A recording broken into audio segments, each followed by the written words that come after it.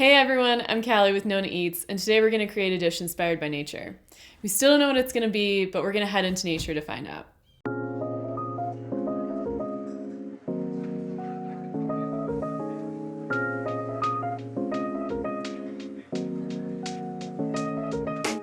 So I was here like a few weeks ago, and there was no snow.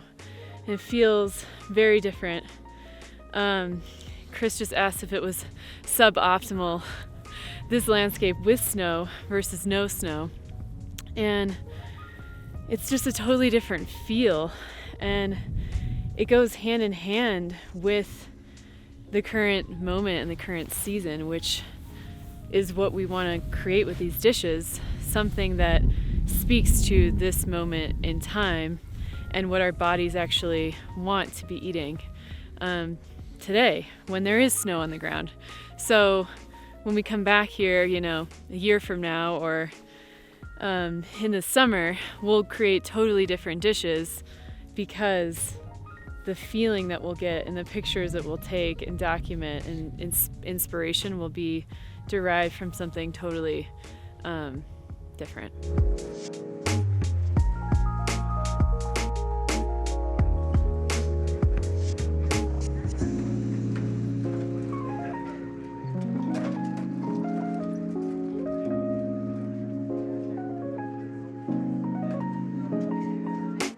Now that we have our inspiration from nature, we're going to sit down to design our dish.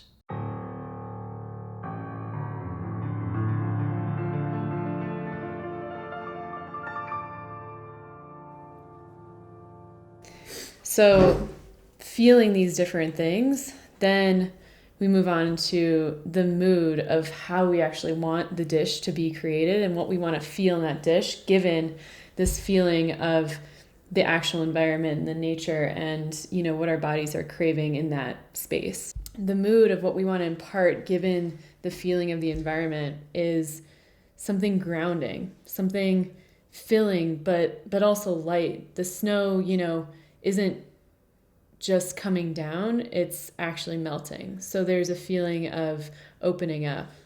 At the same time, it's still chilly, so we want there to be some sort of warmth, some satiating nourishment, something that's relatively simple, not super extravagant with a ton of different flavors, but bold. So taking all of these different moods into effect, we then work into what did we find in the environment, what are the ingredients that are also in season. So we found a collection of different things. We found these spruce tips and these juniper berries and some other herbs. So in tandem with those, other things that are in season are, root vegetables like parsnips, carrots, beets, potatoes, cabbage, kale, turnips, bok choy. So I then looked at these photos that we took, these moments along our walk that really inspired. And we're actually going to we settled on one photo, and we're actually going to use this one that is going to represent the dish. So after looking at these different ingredients, I found the specific photo that we want to use. And now it's a matter of which of these ingredients do we want to fit into this plate. And then also that will inspire the same mood that goes in hand with this feeling of the landscape. We started sketching a ton of different things, just how this plate might look. We do have a reference point with the photo, but it's always good to get kind of scrappy and think through how are things going to be layered on the plate and what different components will be where. So after looking at all of the ingredients, we narrowed it down to we want some sort of pork for protein to add some sort of nourishment, that kind of filling, but it's going to be offset with a lot of vegetables. So a cabbage reduction will be kind of like the blanket of snow.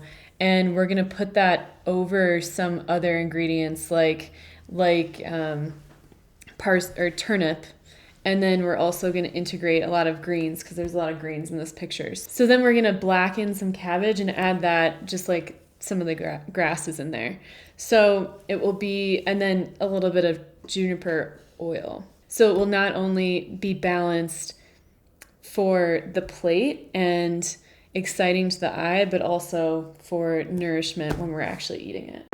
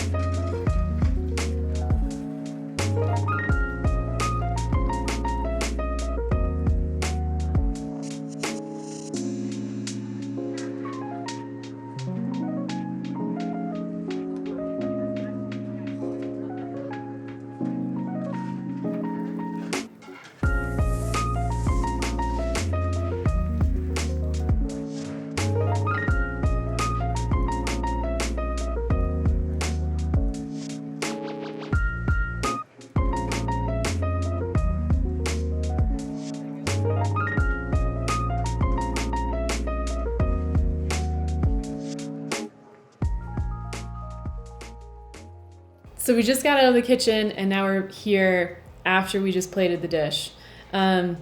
Taking something, a picture from nature, a feeling from that nature, imparting an essence into this dish.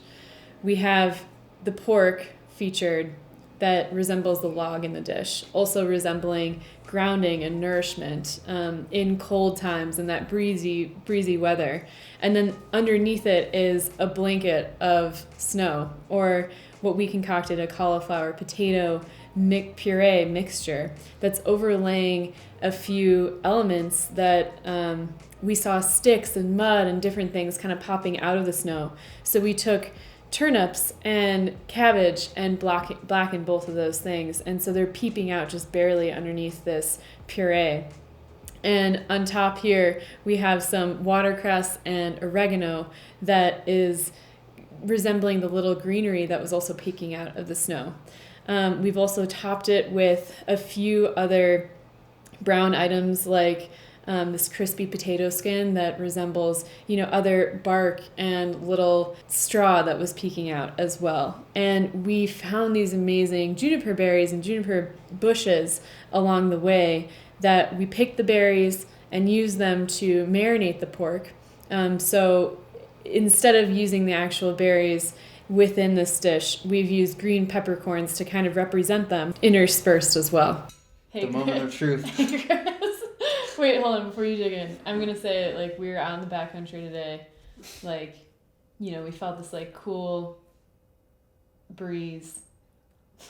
The warm sun, there was all this snow, but it was, kind of starting to melt.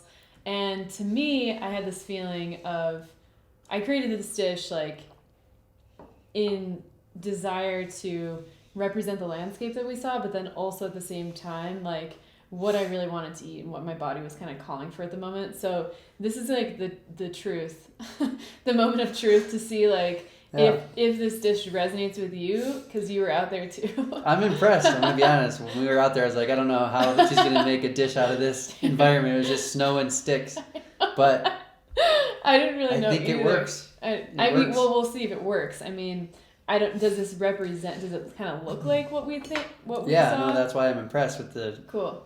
With the design of it. Okay, so where should I maybe start? the aesthetic is partly on point. You're welcome to start anywhere.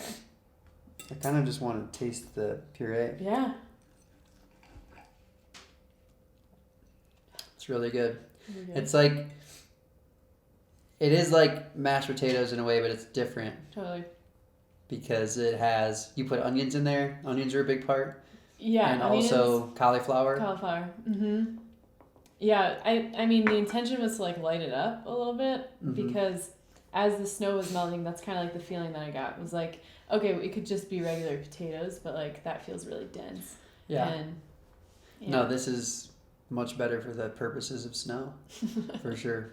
The pork with the puree. With the snow, right. Mm-hmm. And then we have turnips underneath. Underneath, yeah. Because I just felt all these things were popping out. Mm-hmm. So there's almost this desire to kind of stumble upon things because as we were walking through there, I kept kind of stumbling. And the turnips, they have a crunch to them. And when you're walking through where we were, you're walking on the snow, but then underneath you hear the crunches on occasion. Yeah. So I think that's so cool. I'm impressed. I didn't even think about the sound. I mean, I did when the wind came through, and like the stillness and the quiet, which was also kind of what I envisioned imparting, like just through like the white, obviously with the snow. Yeah. I like it. Cool. Now, the cabbage. Simple, perfect. More crunch, nice saltiness. Just simple sautéed cabbage. Yeah, pretty much. A little blackened to make it kind of look like that straw. Yeah, I mean, I guess overall, like, how does it... Is this a dish you would want to eat today? Given where we were and like... I think I'm really wanting to eat this right now. Okay. All right, well, let's just eat.